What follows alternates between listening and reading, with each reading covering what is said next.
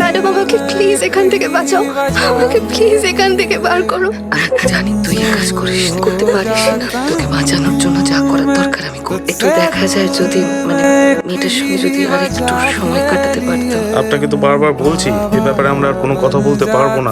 বড়বাবু আসুক, যা বলার বলবেন। কখন আসবেন আপনাদের বড় বাবু? ওই তো স্যার চলে। আপনি তো কোনো ইনফরমেশনই দিচ্ছেন না।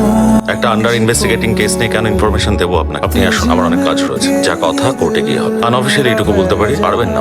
আমাদের ব্যক্তিগত সমস্যার জেরে ওই বাচ্চা মেয়েটাকে শাস্তি দেবেন না প্লিজ।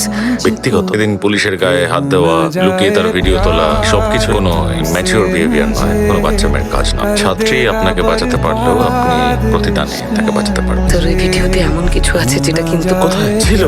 ডিলিট হয়ে গেল। আমার সবচেয়ে আপনজনকে আপনি একদিন কেড়ে নিয়েছিলেন। দ্বিতীয়বার সেটা হতে আমি দেবো না।